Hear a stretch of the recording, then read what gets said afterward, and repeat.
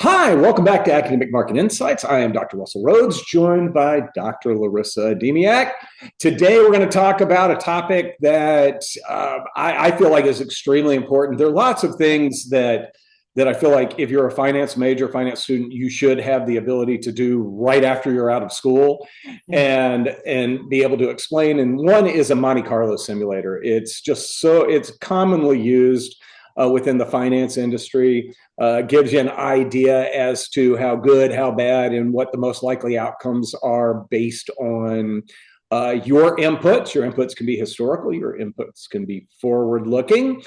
So, with that, because she's the subject matter expert today, I am going to hand things off to Dr. Adamiec. But before we get started, Dr. Rowe, where does Monte Carlo come from? Where did that? Well, Monte Carlo is a place, and it directly relates to the Monte Carlo simulator.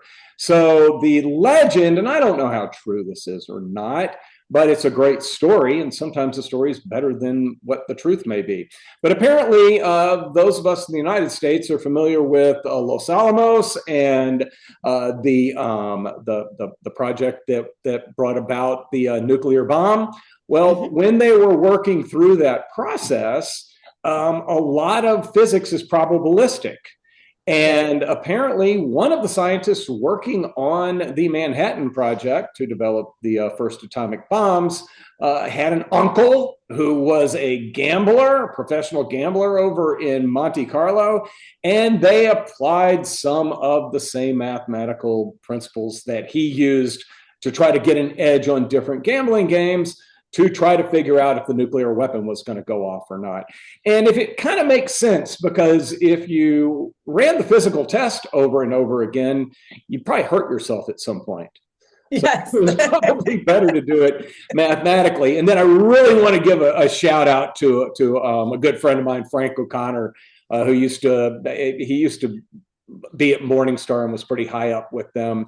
And Frank and I were playing golf once, and he asked me what a Monte Carlo simulator was. And I described it to him, and he said, and then I described a little background like I just did here. And he said, well, you realize if they developed it today, it would be called a Las Vegas simulator. I don't know if it would have the same. I don't know if that would make it into the textbooks or not. But Monte Carlo simulator, rooted from gambling odds. Well, to some extent, it is highly used, the basic methodology, and I'm going to start sharing my screen now because this is what banks do to calculate value at risk. They use a Monte Carlo simulation. Today, we're only going to do 100 observations, but if you're a bank, you're probably going to be looking at over 10,000 observations. We're also going to be only looking at one single asset. If you're a bank, you're going to be looking at the entire assets of the bank, which means you need to calculate a covariance matrix. And every simulation that you run, you're going to have a brand new covariance matrix, which is one of the reasons why it is heavily computational. But for our little practice today, we're going to do it in a much more simple fashion so that you can see the mechanics of how to calculate a Monte Carlo. And one of the things I like to say is that if you get a good handle on this, you will become the conversationalist at a cocktail party, right? Because who doesn't love a good discussion on Monte Carlo simulations? First thing we do, calculate our returns.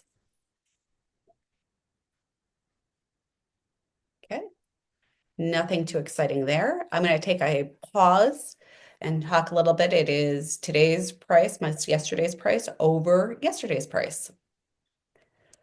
Next, we're going to calculate the mean, and we're also going to calculate the standard deviation. And this is going to be the average of all of those returns. Bink. Next, we're going to use a standard deviation, and we talked about the fact that we're going to use population. I've got an assignment this week, and I don't care how many times I say use population. I know I'm going to see a bunch of the other ones. It's hard for students not to do it. Well, I think it's part of it's because it defaults to a different one. So now we're going to look at running 100 simulations, and I'm just going to put a counter 1 through 100. You don't have to do this. It doesn't come up anywhere in the calculation. I like to do it because it makes the drop and drag a little bit easier. Okay, so next we're going to calculate our random variables. This is where it gets exciting.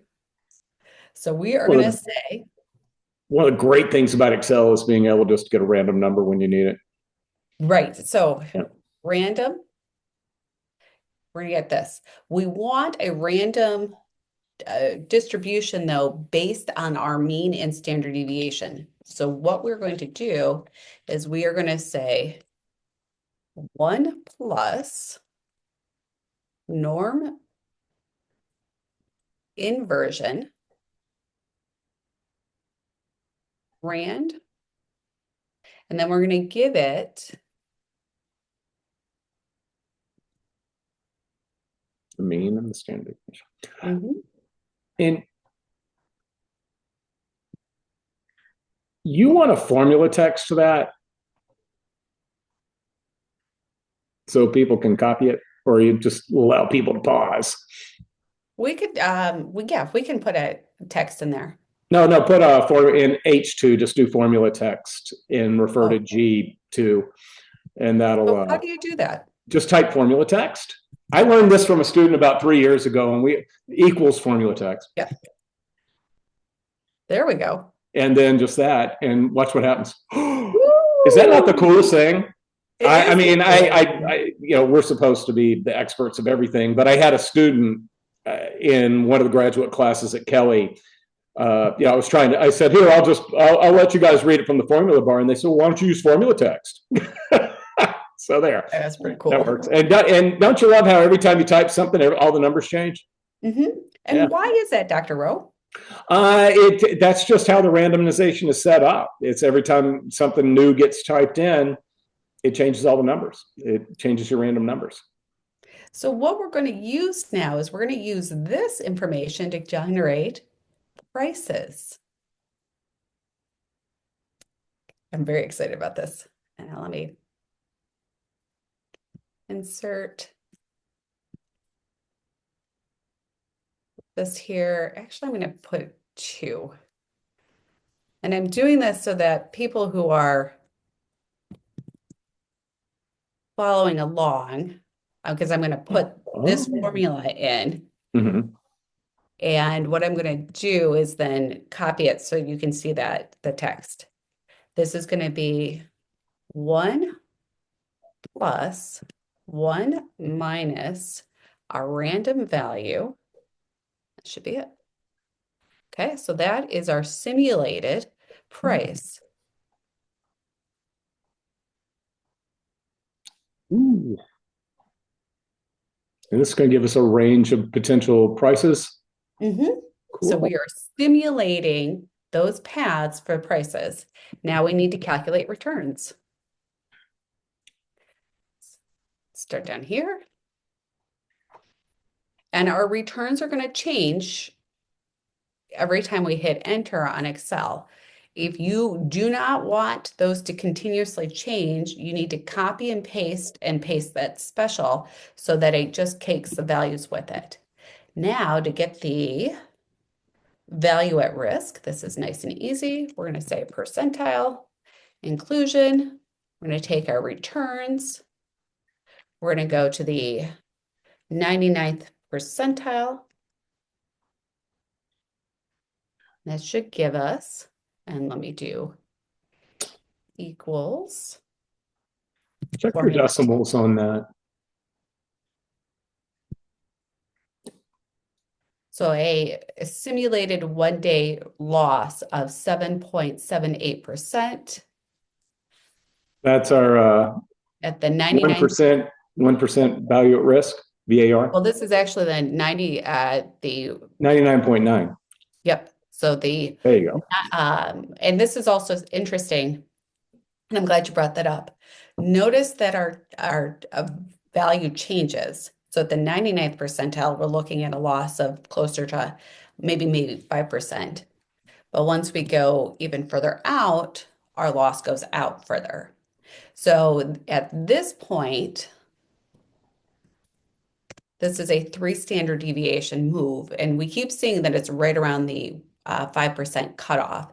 And you can see that when we start to simulate it at larger and larger numbers, we're going to get a better accurate view of what's really going to happen because we have more simulations to look at. And that, my friends, is the crux of a Monte Carlo. And again, it's something fun that you can talk about with your friends at cocktail parties. And You can with tell that, them where it came from, where it make the came joke from. about Vegas, if you're going to remember all that. And then say, but in all seriousness, it is actually used so that large banks don't blow themselves up like the guys in the Manhattan Project didn't want to blow themselves up. They did not. So with that, we thank you for sticking with us. And if you like this, please hit like. And if you haven't already, hit subscribe because we will be doing more of these fun videos and talking about fun topics. And if you have any topics that you'd like to hear, hit us up in the comments. We are very excited to hear about different things. I know our number one fan has reached out a couple of times, so we owe our fan a couple videos, but we're here for you. Thank you. Thank you.